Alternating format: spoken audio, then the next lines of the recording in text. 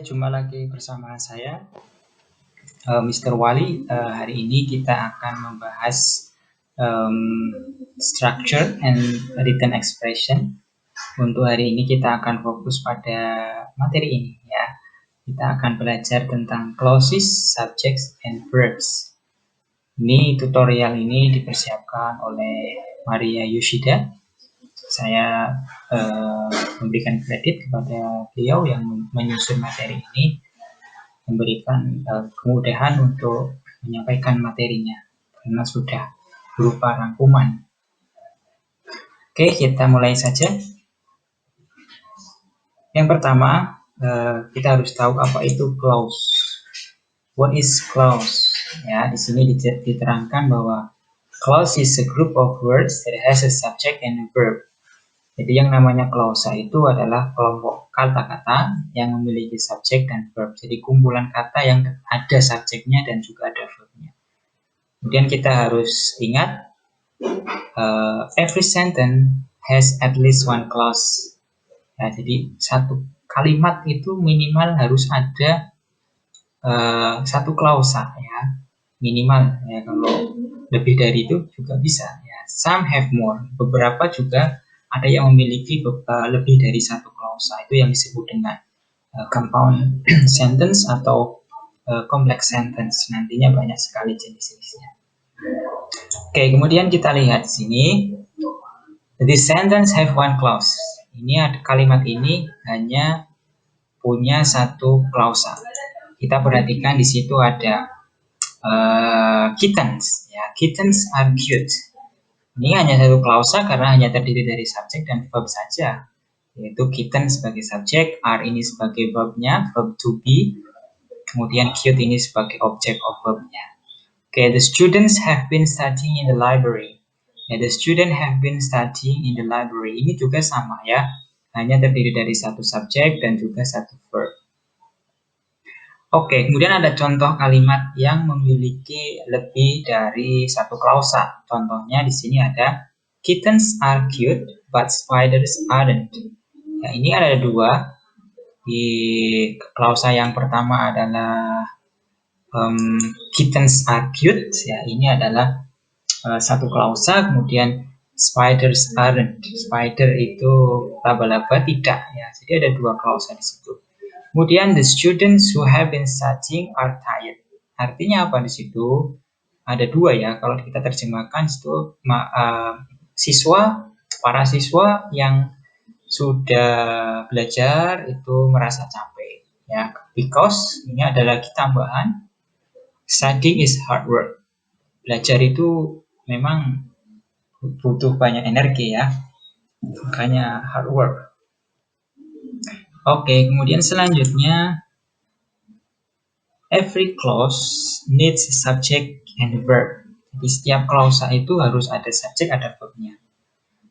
Some clauses have one subject and one verb. Ya, ini seperti halnya tadi sudah saya jelaskan. Ini lebih dari kalau yang poin yang pertama ini, kalau kita lihat di sini, some clause have one subject and one verb. Jadi hanya satu subjek, satu verb itu contohnya. Kemudian ada juga yang kedua, ya. Anda bisa lihat di situ, some clause have more than one subject. Ada the library and bookstore are full of books. Ini subjeknya terdiri dari dua ya. Kemudian malah ini ada lebih dari satu subjek. Students, teachers, and everyone in the audience applauded. Ini juga lebih dari. Jadi bisa ini disebut dengan compound ya, compound sentence. Karena kalimatnya setara menggunakan conjunction and. Jadi itu disebut dengan compound. Kecuali kalau kita menggunakan subordinating conjunction like when, every, dan seterusnya. When, after, before, itu nanti masuknya ke complex sentence. Oke, some clauses have more than one verb. Beberapa klausa memiliki lebih dari satu kata kerja. Bisa ya. Contohnya di sini the students studied all night and then fell asleep in the class.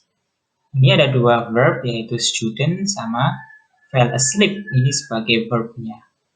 Okay, so all of the sentence have just one clauses. Ya, all of these sentences have just one clauses. Ini meskipun dia terdiri dari lebih, ya, subjeknya lebih dari satu, subjeknya lebih dari verbnya lebih dari satu, kemudian apalagi itu, ya seperti itu tadi itu, tapi itu masih dianggap sebagai satu klausa, karena klausa itu dihitung itu bukan seberapa banyak subjeknya atau verbnya, tetapi di situ mengandung apa namanya dua komponen apa tidak ya. Kalau hanya mengandung dua komponen saja, subjek dan verb saja, itu ya tetap dikategorikan satu klausa, ya satu klausa. Kecuali nanti kalau kita gunakan apa namanya coordinating conjunction seperti and, or, but, yet, dan seterusnya, itu baru nanti akan ada tambahan klausa. Baik, kita lanjut ke berikutnya, penjelasan berikutnya. Verb needs match its subject. Nah, ini yang harus kita perhatikan juga, bahwa verbs itu, ya, atau kita sebut dengan predikat, itu harus match, harus sesuai, ya, harus bersesuaian dengan subjeknya. Kalau subjeknya tunggal, maka verbnya juga membutuhkan singular verb, ya. A singular subject needs a singular verb. Kemudian ini ada contoh, misalkan the library is full of books. Ya, ini sudah pas, subjeknya tunggal, library, kemudian verbnya ya juga tunggal, yaitu is. Nah, inilah yang disebut dengan kesesuaian antara subjek dan verb. Kemudian yang kedua, misalkan ya, a plural subject needs a plural verb. Tentu kalau subjeknya plural, verbnya juga harus plural. Contohnya misalkan the libraries are full of books, bukan is full of books, ya, karena libraries itu jamak.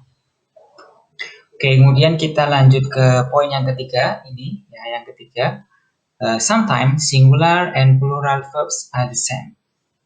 Kadang singular and plural verb itu sama. For example, when the verb is the past tense, ya. Kalau verbnya itu past tense, itu tidak berlaku singular plural. Pokoknya kalau past tense ya tetap ya menggunakan verb kedua. Contohnya di sini the students studied, ya. The student studied juga sama.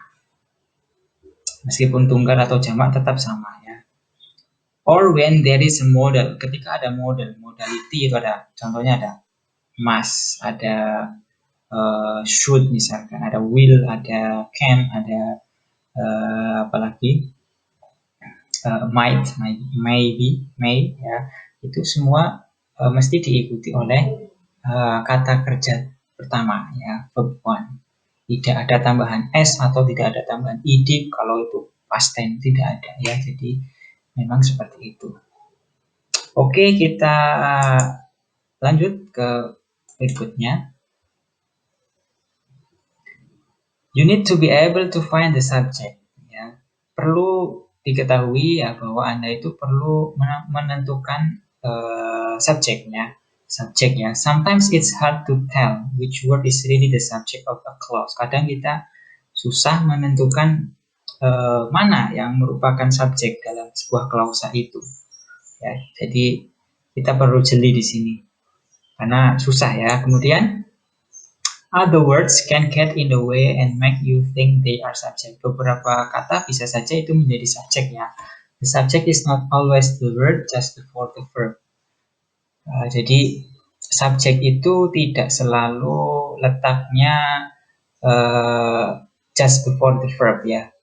Sebelum verb itu tidak selalu, ya, tidak selalu bahwa subjek itu kemudian mesti letaknya sebelum verb. Ada yang tidak, ya. Contohnya misalkan kita contoh yang subjek ini memang yang letaknya sebelum kata kerja. Contohnya misalkan sini, Anda bisa lihat di sini, ya, kitten, ya, kitten, the kitten is cute, ini subjeknya letaknya setelah verb is ini ya. Kemudian the kitten with big green eyes is cute. Ini juga sama. Oke. Kemudian the kitten, my sister's new pet is cute. Nah, di sini kalau kita amati ya, yang poin yang ke berapa ini? Ketiga ya. Yang ketiga, the kitten, kemudian my sister's new pet. Kan di situ kan ada my sister's new pet. Kemudian ada is ini verbnya. Ini yang my sister's new pet ini bukanlah subjek ya. Ini disebut dengan apositif. Jadi subjeknya adalah the kitten. Kitten bukan my sister's new pet. Ini adalah apositif memberikan penjelasan tentang the kitten. The kitten sleeping in the kitchen is cute. Ya, ini the kitten ini bukanlah subjek meskipun letaknya setelah verb ini. Tetapi yang kitchen ya maksud saya. Kitchen itu bukanlah subjek, tetapi ini yang subjeknya the kitten. Jadi kesimpulannya apa? Tidak selalu subjek itu letaknya sebelum verb. Ya, tidak selalu. Kadang didahului oleh adjective clause bisa jadi, atau mungkin di sini ini apa, adjectival adjectival phrase ya, frase kata sifat. Kan di sini kan sleeping in the kitchen, ini yang tidur di dapur. Jadi itu. Oke, nanti kita akan coba lebih dalami lagi pembahasan ini. Nanti akan saya coba tambahkan dengan soal-soal yang berkaitan dengan skill ini ya, skill subject verb agreement. Maka pantau terus, nanti akan saya bikin video berikutnya yang berkaitan dengan pembahasan soal-soal skill subject verb agreement, tentang clauses, tentang apa yang tadi telah kita pelajari bersama. Saya kira itu untuk kali ini. Sampai jumpa di lain kesempatan. Bye.